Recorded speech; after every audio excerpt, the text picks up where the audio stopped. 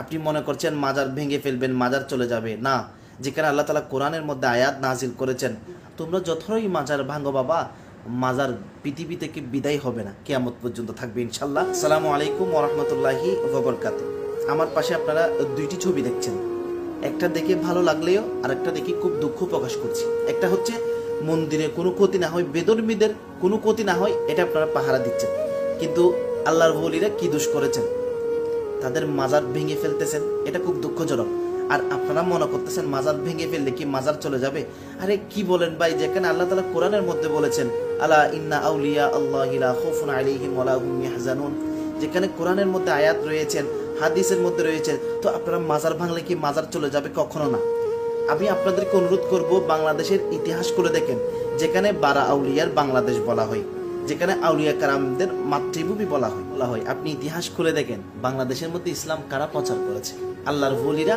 আপনি আজকে দাড়ি, টুপি, জুব্বা সবকিছু রাখছেন, এটা কাদের উসিলাই? আল্লাহর ওলিরা ইসলাম প্রচার করেছে, বেদরমি থেকে মুসলিম করেছে। আজকে আপনাদের লজ্জা থাকা দরকার। আপনাদের তো লজ্জা নাই, আপনাদের হাইয়া শরম নাই, আল্লাহ কিছু দেয় নাই, হয়ে গিয়েছেন, আপনাদের থেকে হাইয়া শরম নাই।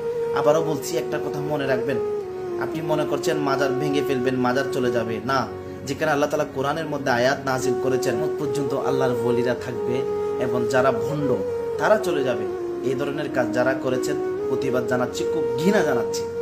মন্দিরকে আপনি সুন্দরভাবে পাহারা দিচ্ছেন আর মাজারকে ভাঙতেছেন, তাহলে কি বোঝা যায়? আল্লাহ আমাদেরকে এই ধরনের দাড়ি, টুপি, জুব্বাওয়ালা হিজারাগুলো থেকে আমাদেরকে হেফাজত করুক। সবাই সুস্থ থাকবেন এবং আমাদের দায়িত্ব হচ্ছে আল্লাহর হক ওলি যেগুলা, এগুলাকে সম্মান করা। এগুলার মাজার কিয়ামত পর্যন্ত থাকবে, এমন কোনো বাপের বেটা নাই।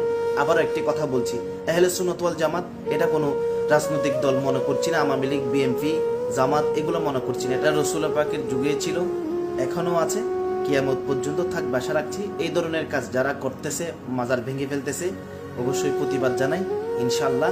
আশা রাখছি তোমরা যতই মাজার ভাঙো বাবা, মাজার পৃথিবী থেকে বিদায় হবে না, কিয়ামত পর্যন্ত থাকবে ইনশাআল্লাহ। আসসালামু আলাইকুম ওয়া রাহমাতুল্লাহি ওয়া বারাকাতুহু।